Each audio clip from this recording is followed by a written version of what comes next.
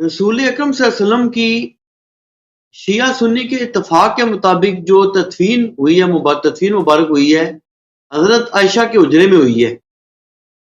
تو شیعہ حضرات کو یہ دلیل دیتے ہیں، دعویٰ کرتے ہیں، جو کہ ان کا دعویٰ باطل ہے. مفتی اسحاق صاحب یہ اس پہ بلکہ ایک طنزیہ جملہ بھی بولا کرتے تھے. جب شیعہ حضرات کہتے تھے کہ رسول اکرم صلی اللہ علیہ وسلم کے جنازے میں شیخین موجود نہیں تھے کیونکہ وہ تو سقیفہ چلے گئے تھے، تو مفتی اسحاق صاحب ایک طنزیہ جملہ کہتے تھے کہ سقیفہ کے اپنا لندن سی، وہ کہتے تھے اگر تم لوگوں نے اتنی زحمت کی ہو کہ تم مدینہ شریف کا کبھی وزٹ کرو تو تمہیں پتہ چلے کہ سقیفہ کو لندن میں نہیں تھا، وہ تو بالکل نظر آتا ہے وہاں سے.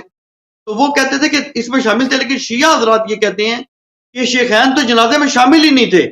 تو اس سے یہ بات، اگر اس بات کو مان لیں شیعوں کی بات یہ ہے بھائی شیخین کا تو کہ اس میں رسول پاک کی تدفین کا ہوئی ہے، تو پھر اس کا مطلب ہے کہ دو باتیں ثابت ہوتی ہیں نا. ایک یہ ثابت ہوتی ہے کہ رسول اکرم صلی اللہ علیہ وسلم کی جو ظاہری پردہ دنیا سے فرمایا حضرت عائشہ کے حجرے میں ہی فرمایا ہے، جس سے یہ ثابت کیا جا سکتا ہے، سنی کر سکتے ہیں کہ آپ صلی اللہ علیہ وسلم نے اپنی تمام بیویوں کو اس وقت چھوڑ کر حضرت عائشہ کو اہمیت بخشی، جو محبت کی نشانی ہے. دوسری چیز یہ ہے کہ اہل بیت کی مرضی کے ساتھ یہ ہوا، کیونکہ شیعہ کے مطابق تو وہ جنازے میں شامل ہی نہیں ہے شیخین، تو پھر اہل بیت کی مرضی سے یہ چیز ہوئی کہ حضرت عائشہ کے حجرے کو عزت بخشی گئی اور رسول پاک صلی اللہ علیہ وسلم کی وہیں تدفین کی گئی. اس کا شیعہ کیا جواب دیتے ہیں؟ آیا یہ مانتے ہی نہیں کہ حضرت عائشہ کے حجرے میں تدفین ہوئی ہے، یا کیا دلیل دیتے ہیں؟ مجھے اس کے علم نہیں ہے.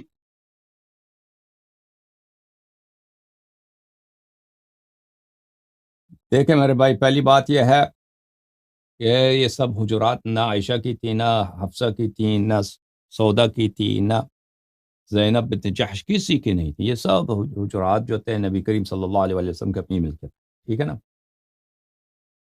یہ نبی کریم صلی اللہ علیہ وسلم کی اپنی ملکیت ہے. اور نبی کریم صلی اللہ علیہ وسلم کس حالت میں اس دنیا سے گئے ہیں؟ نبی کریم صلی اللہ علیہ وسلم کا سر مبارک امیر المؤمنین علیہ السلام کے گود میں تھے. آخری شخص جس نے ان سے بات کی امیر المؤمنین علیہ السلام میں. اس کی روایت کئی ایک ہیں، اللہ آپ کو بلا کرے، کتاب طبقات ابن سعد وغیرہ میں، اور بہت متعدد روایات ہیں اس کی، ٹھیک ہے نا. جہاں تک عائشہ کا تعلق ہے، دیکھیں کہ آپ کہتے ہیں کہ نبی کریم صلی اللہ علیہ وسلم نے ان کو ترجیح دی ہے، وہ عائشہ کی اپنی روایت ہے، تم لوگوں کی روایت، وہ ہمارے لیے حجت نہیں ہے. ہمارے لیے وہ آپ کے نزدیک جو حجت ہے وہ قرآن مجید ہے. قرآن مجید میں عائشہ کا جو پوزیشن ہے نا، وہ آپ سورہ تحریم میں پڑھیے، سورہ تحریم میں پڑھیے. وَإِن تَظَاهَرَ عَلَيْهِ فَإِنَّ اللَّهُ مَوْلَاهُ جِبْرِيلُ وَصَالِحُ الْمُؤْمِنِينَ وَالْمَلَائِكَةُ بَعْدَ ذَلِكَ ظَهِيرٌ إِن تَتُوبَا إِلَى اللَّهِ فَقَدْ صَغَتْ قُلُوبُكُمَا وَإِن تَتُوبَا إِلَى اللَّهِ فَقَدْ صَغَتْ قُلُوبُكُمَا. اب اور دوسری مقام پہ فرمائے ضرب اللہ مثلا للذین کفروا امرأة نوح وامرأة لوط كانتا تحت عبدین من عبادنا صالحین. ان تین آیات پہ آپ جو ہے، میں توجہ مانگتا ہوں کہ میں لیکچر دوں گا تو ان باتوں کو میں کھول دوں گا، ابھی کھولنے کا وقت نہیں ہے، ٹھیک ہے نا. نبی کریم صلی اللہ علیہ وآلہ وسلم کبھی بھی قرآن کی مخالفت نہیں کر سکتے، اللہ تعالیٰ کی وحی کی مخالفت نہیں کر سکتے. نبی کریم صلی اللہ علیہ وآلہ وسلم کبھی بھی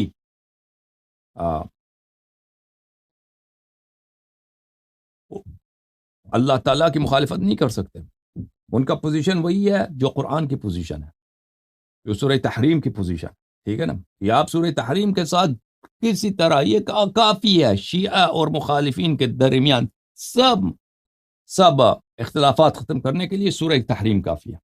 کیوں کہ اللہ تعالیٰ نے سورہ تحریم میں عائشہ اور حفصہ کے متعلق جن الفاظ کا استعمال کیا ہے وہ کوئی رافضی سے رافضی شخص کبھی استعمال نہیں کرتا، ٹھیک ہے نا. وہ کبھی آپ سوچ کے دیکھیں، آپ پڑھیں، میں دعوت دیتا ہوں سورہ تحریم کو پڑھیے اور اپنے مفسرین کے اقوال کو دیکھیے، اور کبھی میں اس بات کو کھول دوں گا، ٹھیک ہے نا. اب جہاں تک سقیفے کا تعلق ہے، دیکھیں نبی کریم صلی اللہ علیہ وسلم کا جنازہ پڑا ہے اور یہ لوگ سقیفے کو جاتے ہیں، ٹھیک ہے نا. مولوی صاحب اس بات کا کیوں جواب نہیں دیتے کہ نبی کریم صلی اللہ علیہ وسلم کا جنازہ پڑا ہے اور یہ سقیفہ جاتے ہیں؟ کیوں سقیفہ جاتے ہو؟ کہتے ہیں امامت کا امر اہم ہے. اگر امامت کا امر اتنا مہم ہے کہ نبی کریم صلی اللہ علیہ وسلم کے جنازے سے زیادہ اہم ہے، ٹھیک ہے نا. نبی کریم صلی اللہ علیہ وسلم کا جنازہ پڑا ہے، تم کسی اور کام سے جا رہے ہو. اگر کام اتنا اہم ہے تو یہ اللہ کو کیوں نہیں معلوم؟ تم کو پتہ چل گیا کہ یہ اہم ہے، اللہ نے ادھوری چھوڑ دی. تو نبی صلی اللہ علیہ وآلہ وسلم کو نہیں معلوم، ان کو نہیں معلوم، ان کو تو پتا تھا کہ میں دنیا سے جانے والا ہوں، خبر بھی دی ہے کہ میں دنیا سے جانے والا ہوں۔ اتنا اہم بات کہ جنازہ ادھر پڑا ہے، تم کسی اور کام سے جا رہے ہو، تم تو کہہ رہے تھے کہ ہم بڑے یار ہیں، ہم تو بڑے وفادار ہیں، تو مجھے بتاؤ کس کام سے جا رہے ہو؟ ہم جا رہے ہیں امامت کی سیٹل کرنے کے لیے کہ امام کون ہونا چاہیے۔ کیوں جا رہے ہو بھائی؟ بعد میں کر لیں، یہ بہت اہم ہے، یہ ٹھہر نہیں سکتا۔ تو اگر اتنا اہم ہے تو اللہ نے کیوں اس کو سیٹل نہیں کیا؟ اس کا جواب ہے آپ کے پاس؟ کیا جواب ہے بھائی صاحب بتاؤ، اس کا جواب کبھی لے کے آنا۔ اگر اتنا اہم ہے، آپ کا عقل جو ہے اللہ سے زیادہ ہے، آپ کی عقل رسول صلی اللہ علیہ وسلم سے زیادہ ہے، ٹھیک ہے نا؟ تو انہوں نے کیوں سیٹل نہیں کیا ہے بھائی؟ تو لازمی بات ہے، اگر اتنا اہم ہے تو انہوں نے سیٹل کیا ہوگا؟ ہو ہی نہیں سکتا کہ لازمی بات کو ادھوری چھوڑ دیں۔ انہوں نے سیٹل کیا ہے، آپ کسی اور کام سے جا رہے ہیں، آپ کسی اور کام سے جا رہے ہیں، ٹھیک ہے نا؟ ایک بات سیٹلڈ ہے، وہ آپ لے کے جا رہے ہیں۔ اگر واقعاً مشورہ لینے کے لیے ہو تو یہ مشورہ ٹھہر بھی سکتا ہے کہ اہل بیت علیہ الصلوۃ والسلام فارغ ہو جائیں، وہ بھی حاضر ہوں، ٹھیک ہے نا؟ ان سے مشورہ کیا جائے، یہ ٹھہر نہیں سکتا۔ کون ہے؟ کوئی فوج آیا مدینے کے باہر، فوج کھڑی ہے، حملہ کرنے والے ہیں، ٹھہر نہیں سکتا؟ بالکل ٹھہر سکتا ہے، لیکن ابھی بہتر یہی ہے کیونکہ ہمارا اپوزیشن کون ہے؟ علی ابن ابی طالب علیہ السلام، وہ مصروف ہیں، وہ کبھی جنازے کو چھوڑ کے کہیں نہیں جائیں گے، وہ ادب کا وہ ادب نہیں چھوڑیں گے نبی صلی اللہ علیہ وسلم کا۔ ابھی کیونکہ وہ مشغول ہے، ہم جا کے اس کو سیٹل کرتے ہیں، ٹھیک ہے نا؟ سمجھ میں آئی بات آپ کو؟ اس بات کا جواب دے دو کہ ثقیفہ دور ہے، ثقیفہ دور ہے یا نزدیک ہے؟ ثقیفہ بنا کیوں ہے؟ ثقیفہ بننے خود اسی بات کی دلیل ہے کہ ثقیفہ والے جو ہے منحرف ہے۔ ثقیفہ بنا ہی اسی اور وجہ ہی نہیں ہو سکتا۔ اب کسی شخص میں اس کے والد کا نستجیر، اب میں آپ سب کے والد والدہ کو طول عمر دے، کوئی عظیم شخص ہو دنیا سے گیا، اس کا جنازہ پڑھا ہو، کون جاتا ہے کوئی دوسرے کام کے لیے؟ کوئی جاتا ہے؟ کوئی نہیں جاتا نا، اس کو چھوڑ کے کہ میں دوسرے کام کے لیے جاؤں گا۔ وہ بے احترامی ہے، اہانت ہے، توہین ہے۔ اور کون نبی کس کا جنازہ پڑھا ہے؟ نبی کا جنازہ پڑھا ہے۔ نبی اگر نہ آتے تو ابو بکر کون تھا بھائی؟ اگر نبی نہ آتے ہم اور آپ کون ہوتے بھائی؟ مسلمان ہوتے؟ آپ مجھے بتائیں ترمذی صاحب، اگر نبی صلی اللہ علیہ وسلم کا اسلام ہوتا ہم اور آپ مسلمان ہوتے؟ کہاں سے ہونا تھا جی؟ کہاں سے ہونا تھا؟ انہی، اگر توحید جانتے ہیں انہی کی برکت سے، انہی کے ٹیچنگ سے، ٹھیک ہے نا؟ انہی کے صدقے سے۔ اگر قرآن کبھی ہاتھ لگایا، کبھی نماز پڑھی، کبھی سجدہ کیا ہے، تو انہی کے صدقے سے۔ اگر نبی کریم صلی اللہ علیہ وسلم نہ ہوتے تو سب صحابہ اسی جہالت کی حالت میں ہوتے۔ شراب کوئی پی رہا ہے، کوئی غلط کام، کوئی بتوں کے سامنے جھک رہا ہے، کوئی زنا کر رہا ہے، وہی جہالت تھا۔ نبی کریم صلی اللہ علیہ وسلم نے ان کو تاریکیوں سے نکالا ہے، جہالتوں سے نکالا ہے، ان کو اخلاق سکھایا، ان کو دین سکھایا، توحید سکھایا، قرآن سکھایا۔ اب وہ دنیا سے گئے، جنازہ ادھر پڑا ہے اور یہ جا رہے ہیں کہ بھئی ہم یہ ضروری کام ہے۔ اگر وہ ضروری کام ہے، مجھے بتائیں، اگر وہ ٹھہر نہیں سکتا تو کیوں نہیں ٹھہر سکتا؟ فارغ ہونے تھا نا امیر المؤمنین علیہ السلام کو، وہ بھی کینڈیڈیٹ ہیں، وہ بھی وہ ان کو بھی موقع دیں۔ وہ ان کا کیا ہے بھائی؟ وہ تو اسلام میں تو ان کا، نبی کریم صلی اللہ علیہ وسلم نے فرمایا کہ میری بات قرآن اور اہل بیت علیہ السلام کی اتباع کرو۔ وہ تو اسی اہل بیت میں سے جن کا اتباع واجب ہے، کم از کم ان سے نیکی واجب ہے، ان کا حق بنتا ہے، ٹھیک ہے نا؟ ٹھہر جاؤ، جنازہ نہیں آنے، ہم ضروری کام سے جا رہے ہیں۔ اگر اتنا ضروری کام ہے، اتنا اہم ہے، ٹھہر نہیں سکتا، تو اللہ نے کیوں اس کو سیٹل نہیں کیا؟ تو پھر اس کا مطلب ہے کہ اللہ نے سیٹل کیا نا، اللہ نے سیٹل کیا۔ اب اللہ کے سیٹلمنٹ کو آپ نہیں مانتے، آپ اللہ کے سیٹلمنٹ کے خلاف ادھر اپنا جو ہے اپنا وہ کوئی سیاست کرنا چاہ رہے ہیں۔ اگر سیاست نہیں ہے، واقعاً ایمانداری سے یہ ہے کہ بھائی مشورہ کرے کہ امام کون بنے گا نا، اگر واقعاً یہ ایمانداری ہے نا تو وہ ان کو ٹھہرنا چاہیے تھا کہ وہ خلافت کا سب سے بڑا جو کینڈیڈیٹ ہے، جس کے خدمات اسلام کے لیے، جس کا سابقہ اسلام کے لیے، جس کا خاندان نبی صلی اللہ علیہ وسلم کے اس طرح ایک ہی نسل سے، اس کا بھائی، اس کا داماد، قرآن نے فرمایا وَأَنفُسَنَا وَأَنفُسَكُمْ، نبی صلی اللہ علیہ وسلم کا جان، ان کا کیا ہے؟ ان کا کوئی رائے تو ہوگا نا اس مسئلے میں، ان کا بھی رائے لے لیں۔ ابھی وہ مصروف ہے، جلدی سے جاؤ، ٹھیک ہے؟ یہ ہے ثقیفہ کی کہانی۔ جی جناب۔ نہیں، وہ سوال آپ پہلے جواب دے دینا کہ حضرت عائشہ کے حجرے میں جو تدفین کیوں کی گئی ہے، تدفین تو اہل بیت کر رہے ہیں، تو وہ کیوں؟ اس کا حجرہ ہی نہیں ہے بھائی، میں نے جواب دیا نا، حجرہ کس نے کہا عائشہ کا حجرہ؟ کسی تاریخ میں دکھائیں کہ یہ عائشہ نے مکان خریدا یا اس کے باپ نے خریدا؟ عائشہ کہاں نہیں، سے لیکن لیکن حضرت عائشہ وہاں رہتی تھی نا. بیت نبی صلی اللہ علیہ وسلم کا، پورے حجرات جو ہے نا، سب جتنے حجرے تھے وہ نبی صلی اللہ علیہ وسلم کا ہے. اور ہم یہ نہیں تو مانتے، حضرت فاطمہ کے حجرے میں ہم نہیں مانتے کہ شیعہ علماء نے کتاب لکھی ہے، اب ان کے تحقیقات میں ذہن میں نہیں ہے، شیعہ علماء نے کتاب لکھی ہے کہ ان کی جو وفات ہے نبی کریم صلی اللہ علیہ وسلم کا، وہ محل دفن جو ہے وہ حضرت فاطمہ سلام اللہ علیہ کا جو حجرہ ہے. شیعہ علماء نے یہ کتاب لکھی ہے اب کہ محل وفات نبی صلی اللہ علیہ وسلم حضرت زہرا سلام اللہ علیہ کا حجرہ ہے، نہ کہ عائشہ کا حجرہ، ٹھیک ہے نا. لیکن بات یہ ہے محل دفن وہی ہے. جی ہاں، یہی ہے. شیعہ علماء نے یہ کتاب لکھی ہے. لیکن ہم مان بھی لیں کہ عائشہ کے حجرے میں ہے. دیکھیں، میں نے عرض کیا آپ کی خدمت میں، عائشہ کی پوزیشن جو ہے، عائشہ اب خود کہتی ہے کہ میری دوسروں سے انہوں نے اجازت لی کہ مجھے وہاں رہنے دو، عائشہ کے حجرے میں رہنے دو، کیونکہ عائشہ سے زیادہ محبت ہے. میں نے آپ کی خدمت میں عرض کیا، آپ نے توجہ نہیں دی کہ آپ رسول صلی اللہ علیہ وسلم کی جو پوزیشن ہے، جو کسی بھی مسئلے میں موقف جو ہے، وہ قرآن سے مخالف نہیں ہو سکتا. قرآن کا موقف عائشہ سے کیا ہے، ٹھیک ہے نا. میں نے عرض کیا قرآن کا موقف عائشہ کے مقابلے میں سورہ تحریم، ختم بات. وہ سورہ تحریم پڑھیں، میں نے عرض کیا آپ کی خدمت میں، تو ہمارا اور آپ کا پورا، اگر آپ لوگ سورہ تحریم پڑھیں، سورہ تحریم کی تصدیق کریں، سورہ تحریم پہ ایمان لائیں، یہ اللہ کا سورہ ہے قرآن میں، ہمارا اور آپ کا سارا نزاع ہی ختم ہو جائے گا. اللہ کی قسم، سارا نزاع ہمارا اور آپ کا ختم ہو جائے گا. میں دعوت دیتا ہوں علماء کو کہ بھی آ کر میرے سے بات کرو سورہ تحریم پر. میں بھی سورہ تحریم کو نہیں کھولتا، آیات نہیں پڑھتا، کیونکہ اس کے الفاظ اتنے شدید ہیں، اتنے سخت ہیں. مفسرین کے اقوال اس میں اگر میں دکھاؤں، اس میں روایات جو عبداللہ ابن عباس نے خود بخاری میں عمر سے روایت کی ہے، اگر میں آپ کی خدمت میں پیش کروں تو پھر آپ لوگوں کو بہت برا لگے گا. الفاظ وہ ہیں، میں نے عرض کیا آپ کی خدمت میں کہ رافضی سے رافضی تر شخص بھی استعمال نہیں کرتا، جس طرح اللہ تعالیٰ نے سورہ تحریم میں استفادہ کیا نا.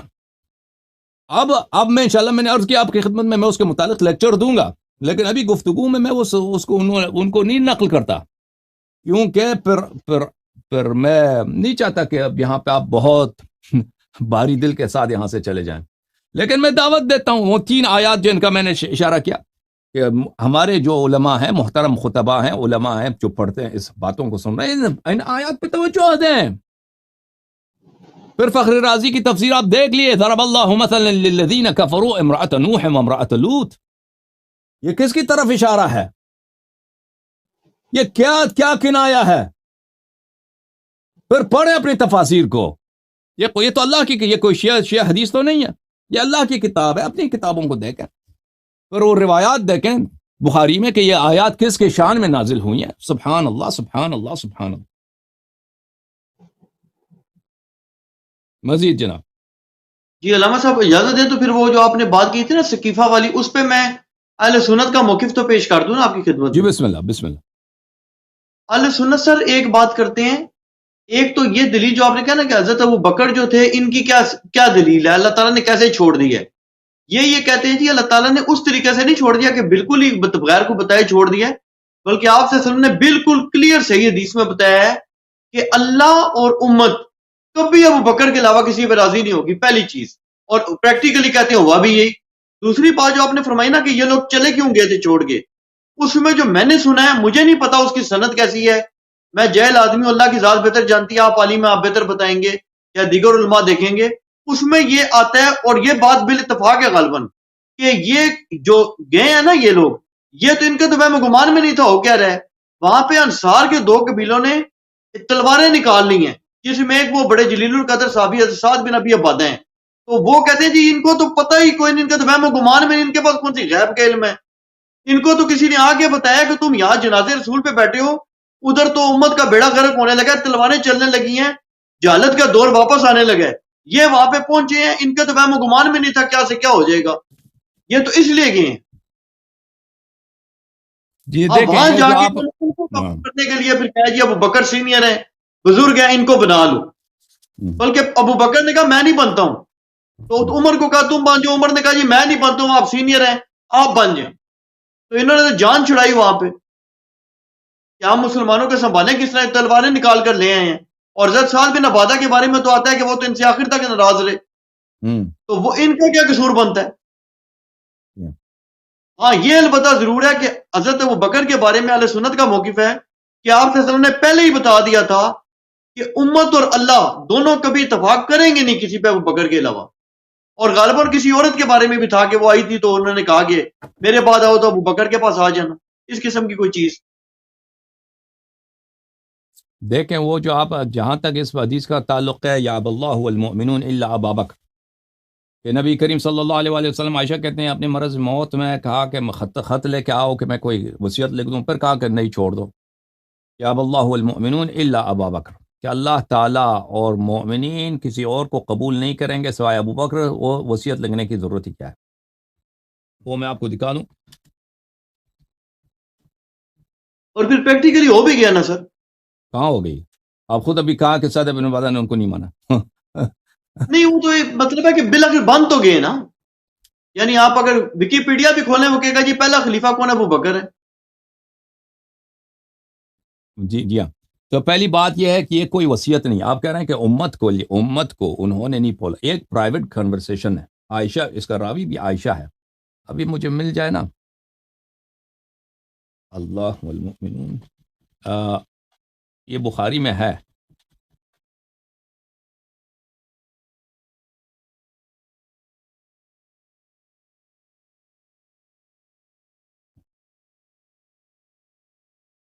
ویا اب اللہ، مسلم میں بلکہ مسلم یا اب اللہ والمؤمنون. بھلے میں وہ روایت آپ کو دکھا دیتا ہوں ایک منٹ مسلم سے، مجھے اجازت دیں. اس کو 1-2 منٹ لگیں گے اس کو نکالنے میں. ایک پرائیویٹ کانورسیشن ہے بھائی.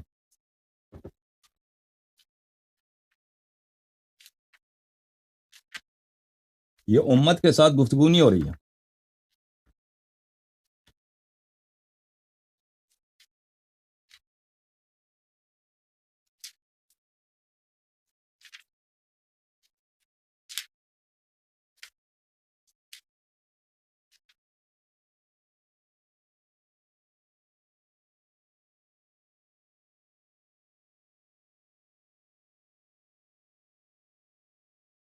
یہ ہے کتاب مسلم. عزیز و ملاحظہ فرمائیے، مسلم ہے، چاپ دار الفکر. یہاں پر کتاب فضائل الصحابہ، یہ باب فضائل ابو بکر ہے میرے خیال میں، انہی کا ہوگا باب فضائل ابی بکر. کتاب فضائل الصحابہ باب فضائل ابی بکر، ٹھیک ہے نا. اس میں یہ روایت ہے، اللہ آپ کا بھلا کرے. عائشہ کہتی ہے کہ قال علی رسول اللہ صلی اللہ علیہ وآلہ وسلم فی مرض، رسول اللہ صلی اللہ علیہ وآلہ وسلم نے مجھے اپنے مرض میں کہا ادعی لی ابا بکر اباک و اباکی و اخاک، میرے لیے بلا دو اپنے والد ابو بکر کو اور اپنے بھائی کو. ان کے بھائی کا نام تھا عبد الرحمن ابن ابی بکر، شاید وہی مراد ہے. ان کو بلا دو. حتی اکتب کتابا، تاکہ میں ایک وصیت لکھ دوں، ایک صحیفہ لکھ دوں. فإنی اخاف، کیونکہ مجھے خوف ہے، کیونکہ مجھے تشویش ہے. ان یتمنى متمن، ایک کوئی شخص جو متمنی ہے، کوئی شخص جو تمنا رکھتا ہے، ہوا رکھتا ہے، وہ یہ کہہ دے انا اولا، میں، ویقول قائل، اور ایک کہنے والا یہ کہہ دے انا اولا، کہہ دے کہ میں زیادہ سزاوار ہوں، میں زیادہ حقدار ہوں. اپنے باپ کو بلاؤ، اپنے بھائی کو بلاؤ، تاکہ میں کتاب لکھ دوں، تاکہ کوئی متمنی یہ تمنا نہ کر دے، اور کوئی قائل، کوئی بولنے والا یہ نہ کہہ دے، کیا نہ کہہ دے انا اولا، میں زیادہ حقدار ہوں. وَيَأْبَى اللَّهُ وَالْمُؤْمِنُونَ إِلَّا أَبَا بَكْرَ، حالانکہ اللہ بھی ابا کرتا ہے، اللہ بھی منع کرتا ہے، اور مومنون بھی قبول نہیں کرتے مگر سوائے ابو بکر کو. تو عزیزوں یہ کہہ رہے ہیں کہ یہ وصیت ہے ابو بکر کے لیے، ٹھیک ہے نا. پہلی بات یہ ہے کہ پھر تو یہ ہماری بات کی تائید ہوگی کہ رسول پاک صلی اللہ علیہ وآلہ وسلم کو خوف ہے اس بات کا کہ دوسرے لوگ بھی خلافت کا ادعا کریں گے. کوئی ہوں گے لوگ کہ کہیں گے کہ میں زیادہ حقدار ہوں، میں زیادہ حقدار ہوں، دوسرے بھی کہیں گے کہ میں زیادہ حقدار ہوں، اور اسی بات کی خوف کی وجہ سے وہ کہہ رہے ہیں، کیا کہہ رہے ہیں کہ ابو بکر کو بلاؤ، اپنے بھائی کو بلاؤ. لیکن یہ ہے کہ اللہ جو ہے صرف ابو بکر کو قبول کرتا ہے، مومن بھی صرف ابو بکر کو قبول کرتے ہیں. دیکھیں عزیز، اس کا حدیث کا نقل کرنے والے کون ہے؟ عائشہ. یہ حدیث بالکل ہمارے نزدیک جھوٹی ہے. اس کی وہ کئی وجوہات ہیں. پہلی بات یہ ہے کہ اگر رسول پاک صلی اللہ علیہ وسلم کوئی ایسی کتاب لکھنا چاہتے تھے تو صرف ابو بکر اور اس کے بھائی کو بلانے کی یہ بالکل بیجا بات ہے، بلکہ سب صحابہ کو بلانا چاہیے. جیسے وہ حدیث ہے نا رضیت الخمیس، حدیث قرطاس میں، کہ بہت سارے صحابہ وہاں پہ، سب سینئر صحابہ وہ موجود تھے، وہاں پہ فرمایا کہ کتاب لے کے آؤ. وہاں پہ لڑائی شروع ہو گئی، وہاں پہ جھگڑا شروع ہو گیا. پھر لوگوں نے جو جملے کہے وہ آپ کو پتہ ہے، ٹھیک ہے نا. ابو بکر اور اس کے بیٹے کو بلانا، اس کے سامنے کتاب لکھنا، یہ تو اس کا فائدہ کیا ہے؟ فائدہ تو یہ ہوگا کہ سب لوگ آ جائیں، سب لوگ دیکھ لیں، اور جو بالخصوص وہ لوگ جو اس خلافت کے کینڈیڈیٹ بن سکتے ہیں، جو ابو بکر کے ساتھ جھگڑا کر سکتے ہیں، ان کو بھی بلایا جائے، ٹھیک ہے نا. پھر کیونکہ خود رسول صلی اللہ علیہ وسلم فرماتے ہیں کہ وہ کوئی، مجھے خوف ہے کہ کوئی کہہ دے گا کہ میں زیادہ حقدار ہوں، میں زیادہ حقدار ہوں. پھر یہ کہ تو رسول صلی اللہ علیہ وسلم کو اگر ایسا خوف ہے تو انہوں نے لکھایا کیوں نہیں؟ ٹھیک ہے نا، لکھانا چاہیے، لکھانا چاہیے. پھر ایسا خوف ہے، اور سب صحابہ کو بلانا چاہیے. پھر بات یہ ہے، یہ جملہ کہ اللہ اور مومن ابو بکر کے علاوہ کسی کو قبول نہیں کرتے، ٹھیک ہے نا. ان مومنین میں سے کہ ایک کون ہے؟ امیر المؤمنین علیہ السلام، ایک فاطمہ الزہرا سلام اللہ علیہ. کوئی کہتا ہے بھائی آپ لوگوں کا کیا عقیدہ ہے، فاطمہ زہرا سلام اللہ علیہ مومنہ ہے یا نہیں ہے؟ علی بن حسن مومنہ ہے، علی بن ابی طالب علیہ السلام مومن ہے یا نہیں ہے؟ بے شک مومن ہے نا. اور عائشہ نے خود روایت کیا ہے کہ حضرت زہرا سلام اللہ علیہ زردت خفا تھیں، اور انہوں نے ابو بکر کے ساتھ بات کرنا ہی چھوڑ دیا آخر تک، اور وصیت بھی کیا کہ مجھے رات کو دفن کر دو. اور ابو بکر عمر کو ان کے نماز جنازہ پہ نہیں بلایا گیا، ان راتوں رات ان کو دفن کیا گیا، ٹھیک ہے نا. وہ حدیث کافی مشہور ہے. نہیں تو پھر یہ دیکھیں نا کہ سچائی کی انتہا ہے نا. یہ ہاں کیا ہے، ان کی بھی سچائی کی انتہا ہے، اور سنی محدثین کی بھی ایمانداری کی انتہا ہے کہ ایسی ایسی باتیں نقل کر رہے ہیں جس کو نقل کرنے کی تو کیوں نہیں بنتی. ان کو نہیں پتا یہ بہت نہیں سچے لوگ ہیں. سچے لوگ. اسحاق صاحب کہتے تھے کہ بڑے چلاک ہیں، سنی بڑے معصوم ہیں. اسحاق صاحب بڑے مزے سے یہ بات کرتے تھے. وہ کہتے ہیں شیعہ ہمیں الزام دیتے ہیں ہمارے تو سنی محدثین بھی معصوم تھے، جو نقل نہیں کیا نا، جو یہ بھی نہیں سوچتے تھے کہ یہ بات واپس ہمارے خلاف استعمال کریں گے. اور وہ کہتے ہیں الٹا ہمیں پہ الزام. نہیں، بات یہ ہے، دیکھیں جو انہوں نے نقل نہیں کی وہ بہت زیادہ ہے، اور حقیقت کو پوری طرح ہمیشہ نہیں چھپانا ناممکن ہوتا ہے. دیکھیں جو بھی کوشش کرتا ہے نا کہ پورے یہ سچ ایسی چیز ہے جو ہمیں ظاہر ہوتی ہے کسی نہ کسی طرح سے، سچ ظاہر ہوتی ہے کسی نہ کسی طرح سے. اور یہ وقائع اس زمانے میں اس کے کئی ناقلین تھے، کئی مشہور نقل کرنے والے تھے، باقی کو چھوڑ دیا ان لوگوں نے صرف عائشہ کی روایت نقل کیا، ٹھیک ہے نا. اور یہ زمانہ جو تھا جب بخاری لکھی گئی ہے، وہ زمانہ وہ تھا کہ شیعہ بہت کمزور ہو چکے تھے. یعنی شیعہ نام دنیا میں خلفاء کے لیے کوئی تھریٹ تھے ہی نہیں، شیعہ کچھ بھی نہیں تھے اس زمانے میں. شیعہ سب تقیہ کی حالت میں تھے، سب چھپاتے تھے اپنے مذہب کو، اور وہ بالکل بیچارے آپس میں بھی اشارے کنائے سے بات کرتے تھے. تو ان محدثین کو اس لحاظ سے کہ یہ شیعوں کے ساتھ ان کے مناظرے ہوتے ہیں، بھئی وہ ایسے حدیث نقل نہ کریں کہ ان میں شیعوں کی کوئی بات ہوتی ہو، تو ان کو اس بات کے اتنا زیادہ، میں نہیں کہتا ان کو پرواہ نہیں تھا، زیادہ پرواہ نہیں تھا بہت سارے محدثین کو. کیوں؟ کیونکہ یہ ان کے پاس کیا ہے، ان کا اتنا پرواہ، شیعہ کوئی اہم چیز نہیں تھے اس زمانے میں. اتنی شیعہ ختم ہو چکے تھے، شیعہ تقیہ میں تھے. مناظر شیعہ ائمہ علیہ السلام نے بھی منع کیے تھے کہ شیعہ ان کے ساتھ جو ہے کیا نہ کریں، مناظرے نہ کریں. یہ ایک طرف سے. دوسری طرف سے میرے عزیز، میرے بھائی، آپ کی خدمت میں عرض کریں کہ لیکن حضرت تو پھر صدیقہ مانے نا کہ وہ خود یہ باتیں بیان کیوں کر رہی ہیں، وہ غلط بیان کر رہی ہے نا. ابھی میں آپ کو بتا رہا ہوں، بیان کر رہی ہیں ابھی عرض ہے. تو عائشہ نے خود کہا ہے کہ امیر المؤمنین علیہ السلام، میں حدیث ڈھونڈوں آپ کی خدمت میں، اور میں بتاؤں گا کہ وہ کیوں بیان کر. بہت اچھا سوال کیا. بیان کر رہی ہیں اپنے جو ان کے ساتھ وہ جو تنازعات ہے وہ بھی بیان کر دیتی ہیں کھل کے. نہ ان کو نہیں پتا کہ یہ بات میرے خلاف جا سکتی ہے، مخالف پارٹی استعمال کرے گی، اس کا مطلب صدیقہ ہے نا. اچھا میں ابھی بتا دیتا ہوں بھائی. ان پہ کوئی جبر کو کر سکتا ہے کہ آپ زبردستی ان سے حدیث پوچھے نہ بیان کریں کیا پابندی؟ ہاں بالکل میں وہ اس کا جواب دے دوں گا، ٹھیک ہے نا. یہ عزیزوں ملاحظہ کرو، یہ کتاب ہے بخاری چاپ دار احیاء التراث العربی. اب یہاں پر صفحہ نمبر 749، یہ حدیث کافی مشہور ہے کہ وہاں پہ فدق کی بات ہو رہی ہے. فوجدت فاطمۃ علی ابی بکر فی ذلک سلام اللہ علیہا فہجرته فلم تکلمہ حتی توفیت. حضرت زہرا سلام اللہ علیہا ابو بکر سے ناراض ہو گئیں اور انہوں نے کبھی ابو بکر کے ساتھ پھر بات نہیں کی. عائشہ کی عمر، آپ بات یہ یاد رکھیے، عائشہ کی عمر کافی لمبی ہے. عائشہ کی وفات ہے سنہ 57 ہجری کو، 57 ہجری کو، ٹھیک ہے نا. سنہ 57 میں جب عائشہ کی وفات ہے اس وقت 58-57 کے قریب ہے ان کی وفات ہے. وہ حضرت زہرا سلام اللہ علیہا تو سنہ 11 ہجری میں ان کی وفات ہے، ان کی شہادت. امیر المؤمنین علیہ السلام کی شہادت ہے سنہ 40 ہجری کو. امام حسن مجتبی علیہ السلام کی شہادت ہے سنہ 49 ہجری کو. یعنی عائشہ کی عمر کافی بعد میں یہ زندہ رہی ہیں ان کے بعد، امام حسن علیہ السلام کے بعد، امام علی علیہ السلام کے بعد. اور یہ عائشہ کی ایک طویل مدت ہے جو معاویہ کی حکومت میں ہے. سنہ 40 کے بعد معاویہ کی حکومت میں عائشہ سب مسلمان رہتے ہیں تا جب معاویہ کی وفات ہوتی ہے سنہ 60 ہجری کو. تو اس عرصے میں جو اہل بیت علیہم الصلوۃ کی جانب سے جو خلافت کی بات ہے وہ بالکل ان کو ظاہری طور پر شکست دیا جا چکا تھا. امیر المؤمنین علیہ السلام شہید ہو چکے تھے. امام حسن علیہ السلام بہت کمزوری کے حالت میں لوگ ان کے ساتھ چھوڑ چکے تھے، ان کو چھوڑنا پڑا خلافت، اور پھر انہوں نے معاویہ کے سپرد کر دیا، اور معاویہ نے پھر ان کو بھی شہید کیا، وہ بھی شہید ہو گئے. اور شیعہ تو ہر جگہ پہ. عراق میں کس کی حکومت ہے؟ عراق میں حاکم بنایا ہے معاویہ نے کس کو؟ زیاد ابن ابی کو.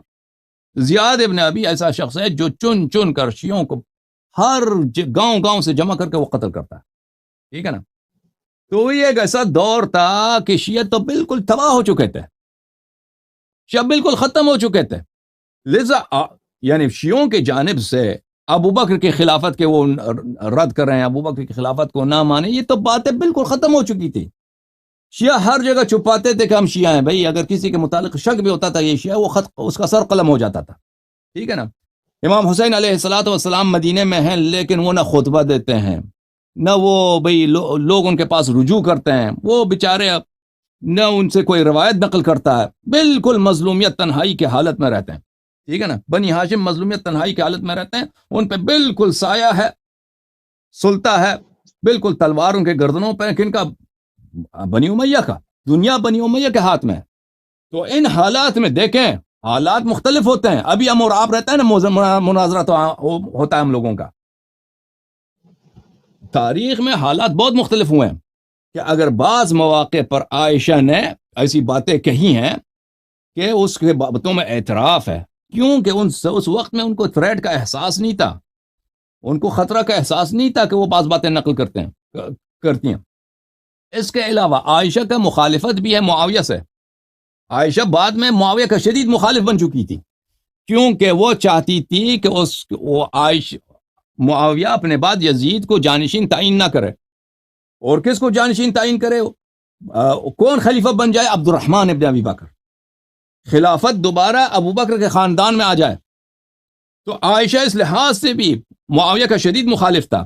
اور کیونکہ معاویہ ہمیشہ اپنے ممبروں سے اہل بیت علیہ السلام کو برا بلا کہتا تھا، بالخصوص امیر المؤمنین علیہ السلام کو گالی دلواتا تھا. تو عائشہ کے کلام میں جو تعریف ہے امیر المؤمنین علیہ السلام کے متعلق، بعض احادیث ان کے فضائل میں ہیں، تو اس دور میں نقل کی گئی ہے.